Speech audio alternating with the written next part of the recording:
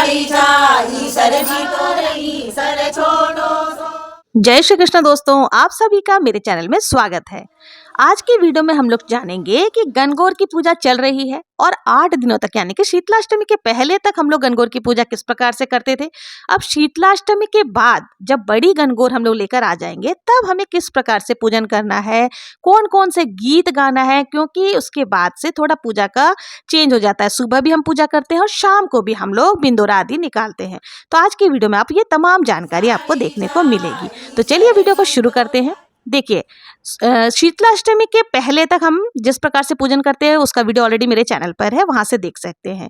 और शीतलाष्टमी के दिन से हमें बड़ी गणगौर शुरू हो जाती है। इस दिन से बड़ी पूजा की जाती है, यानी कि शाम के समय भी सारे लोग पूजा करते हैं, गणगौर माता को पानी आदि पिलाते हैं। बड़ी गणगौर सबसे पहले हम लोग शीतलाष्टमी के दिन लेकर आए। के दिन से जब हम लोग गणगौर पूज रहे थे तो हम लोगों ने 8 पिंडियां मिट्टी से और गोबर से बनाई थी, तो अभी तक हम उनकी ही पूजा कर रहे थे। लेकिन शीतलाष्टमी के दिन से हमें और बड़ी गणगौर माता को लेकर के आना होता है। तो बड़ी गणगौर माता को लेकर आते हैं, उसमें ईश्वरदास जी, गणगौर माता, कानीराम जी, मालन इन सब को लेकर के हम लोग आते हैं। बहुत ही औरतें गीत गाते हुए हम लोग कुम्हारों के यहाँ जाते हैं।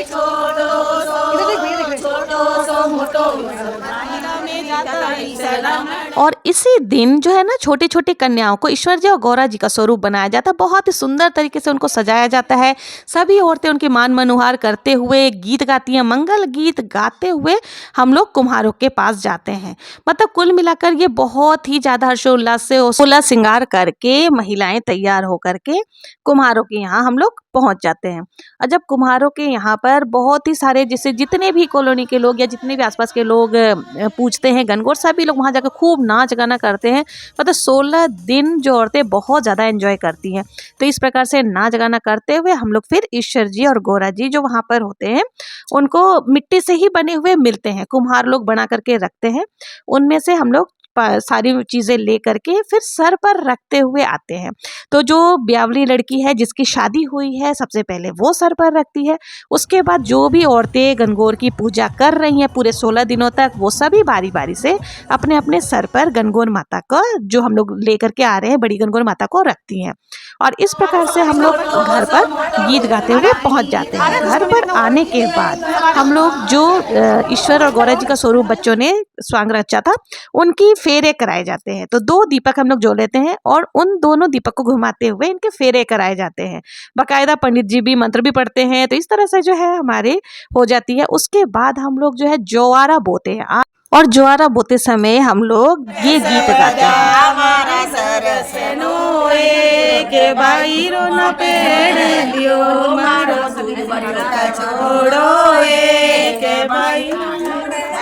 वहीं पर बैठ करके कम से कम 5 गीत हम लोग गाते हैं। ज्वारा बोने का गीत गाते हैं, टिक्की के गीत गाते हैं।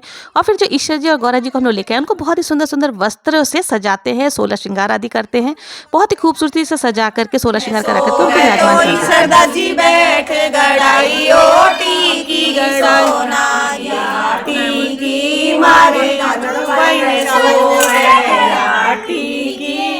तो इस प्रकार से टीकी, चुंदरी, मेहंदी, जुआरे आदि गीत, झूले आदि गीत लगाए जाते हैं। और देखिए इसी दिन जो है ना झूला भी लगाया जाता है।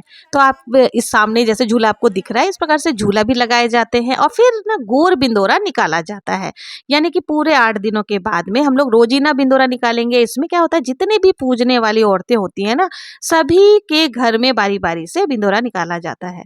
और बिंदोरा निकालने के दिन क्या होता है कि सुबह के समय जैसे पूजा करते वैसे ही करना, शाम के समय आसपास की जितनी भी औरतें होती सभी को बुलावा दिया जाता है, या आपके नाते रिश्तेदार में जितने लोग हैं उनको भी बुलाया जाता है। फिर सभी लोग एक जगह पर मिल करके गीत आदि गाते हैं जिनके यहाँ भी बिंदोरा है, और फिर कुछ भी उनको भेंट स्वरूप दिया जाता है। तो इस प्रकार से जो है ना बिंदोरा निकाला जाता है। उसके बाद जो है माता को टीकी आदि लगा करके गीत गाते हुए हम लोग एक दीपक जलाकर गेहूं को थाली में, एक थाली में गेहूं रख करके उसके ऊपर दीपक जब प्रज्वलित करके उसके ऊपर दीपक रख करके फिर छन्नी से ढक करके ले जाते हैं। और फिर गीत गाते हुए जहाँ पर हम लोग पूज रहे हैं सामूहिक रूप से, वहाँ पर जाकर के वो थाली को रख दिया जाता है। उसके बाद देखिए सिंजारा मनाया जाता है। तो सिंजारा जो भी ब्यावली लड़की होती है उनके ससुराल से उसके लिए गहने, कपड़े, मिठाइयाँ आदि आती है। फिर सभी महिलाएं मिलकर मेहंदी लगाती है, गीत गाती है और गणगौर के दिन जल्दी उठकर ईश्वर गौरा जी के जो है जो धूप से छींटे लगा करके उनकी पूजा आरती करती है और गुने का प्रसाद चढ़ाती है। तो इस प्रकार से जो है बासेड़ा के बाद से पूजन किया जाता है। और फिर बड़ी वाले गणगौर के दिन शाम के समय गणगौर माता की विदाई की जाती है। विदाई करते समय भी गीत आदि गाए जाते हैं। माता को पानी पिला करके गीत गाते हुए मिष्ठान आदि दे करके, जैसे दहेज में लड़की लेकर के जाती है उसी प्रकार से ईश्वर जी के साथ में नदी तालाब में ले जाकर विसर्जन कर दिया जाता है। तो पूरे 17-16 दिनों तक जो है गणगौर की जो माता जो होती है वो पीहर आई हुई मानी जाती है और तीज के दिन विसर्जन करके उनको ससुराल भेजने की रस्म होती है। इसलिए विसर्जन के बाद स्त्रियां बधावा गीत गाते हुए अपने अपने घर लौट जाती हैं। इस तरह से गणगौर का पर्व जो है वो समाप्त हो जाता है।